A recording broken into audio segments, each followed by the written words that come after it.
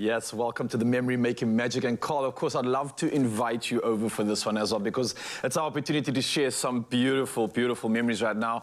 Obviously, while they also warm up their vocals. Now, we're going to be doing those things that we talked about right now, sharing memories, and social media is one of those things that is a hot topic, and we can't live without it, and it can't seem to live with it and without it. We just got to have some part of it in our lives. Doesn't matter what it is. And today, I want to ask a few questions about how social media has affected our lives. Now, we're going to do that over coffee and some RUSKS in our moments, memories, and more family chat. Now, Carlito's joined us. Of course, we've got Jamie Domberg here. And something like I mentioned earlier is that social media platforms are really taking over. I want to know from you guys, which platforms are you on, and which is your favorites and why? Ladies first. Ladies first. I'm on everything. Obviously, our job requires us to be a bit more interactive. So I'm on WhatsApp, Facebook, Instagram, TikTok.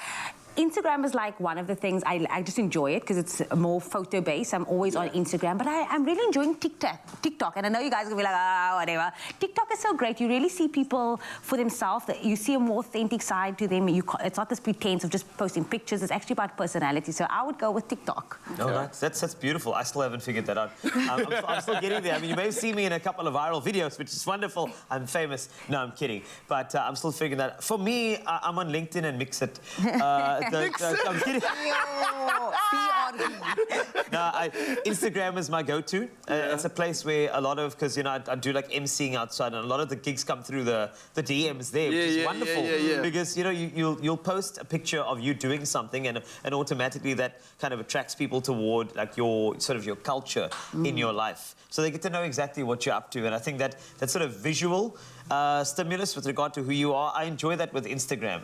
Unfortunately, Facebook, you know, it's become a place where the commentary has been so free-flowing. Yes, but I think on Instagram, people are a bit more apprehensive what they post on your picture. But on Facebook, you post anything about, hey, I'm on the way to, then it's like, why are you on the way to this?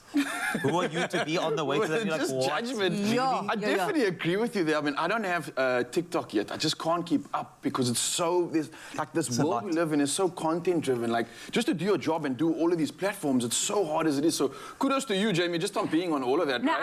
I'm not on it. I'm just like there. I'm lurking. I don't post anything. But listen, you speaking about like the culture and stuff, how has this kind of made you connect with your family? Has it changed the way they see you, or has it helped improve that connection in some ways? Oh, that's interesting.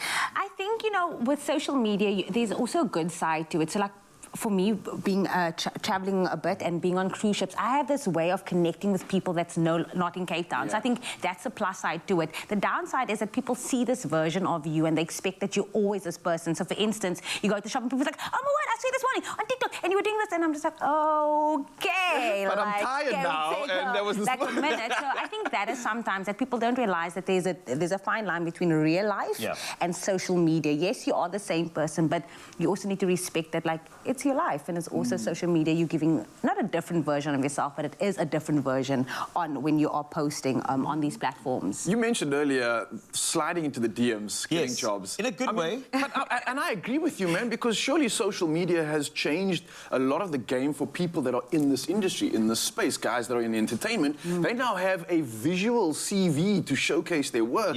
Surely this has helped us in terms of the industry. I mean, these platforms, these social media avenues that we're using, which one is really bringing in the bacon? Which one's allowing you to secure the bag?